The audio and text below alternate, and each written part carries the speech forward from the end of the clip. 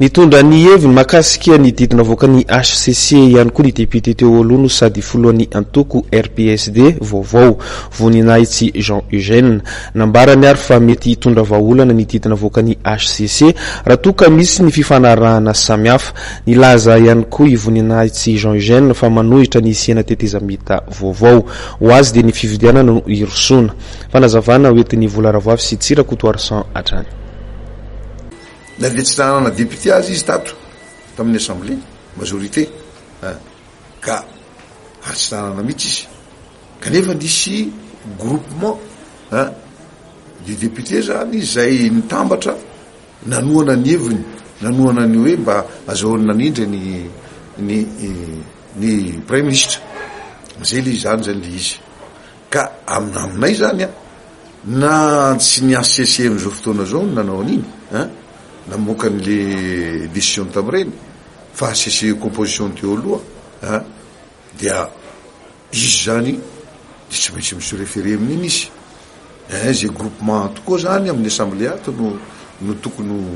no groupement majoritaire satria groupe parlementaire izy na groupement majoritaire zay zany de izy zay koa raha ohatra ka ny article 54 no jerena zany sy ny décision ny HCC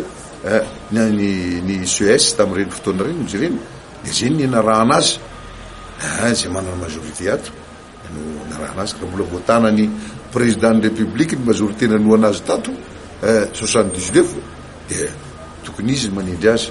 kanefa miankina amin'ny tsirairay zany ka mbola raha fahitako azy ny réaction ndreo de part et d'autre zany na zareo de mbola ho sport be le zavatra de tsy hay hoe ahoana fa ny anay moa zany de fa l'essentiel ny amiko manoka mamprésident ny RPSD vovoana ka sy mamprésident ny les as dia aminay zany de hoe nisia ny élection ny présidentielle am'ty taona ty nitadiavina ny angatahana amin'Andriamanitra zany sy ivavahana de ny mba hoe ifadamina izy rehetra satria quelque soit ny zavatra misy eo zany hoe andao fa de ifadamina na aniza ny premier ministre na aniza dia tsy problemenay loatra zay zavatra zay satria zay tsy olona mitaky toerana amin'io zavatra io na hiady toerana zany fa toerana fa tsy niazonay hatram'izay ve mbola hidivaray am'izao fotoana zao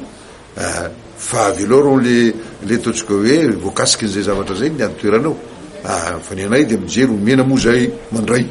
tsy omena moa zay tsy ady am'zany zay fa ny élection ny zavatra mahamahenay zany nisiany élection fa tsy siany mbola fandroitana ndray koa zany ny zavatra mahagagaganakany ny député mbola mandrizotra ndray fa hoe tsy maintsy ravana aby ny rehetrarehetra io tsy maintsy sisy ny tetezamita zay atao ina koa moa ny tetezamita fa namoaka ny HCC tsy tokony isy tetezamita zany tsony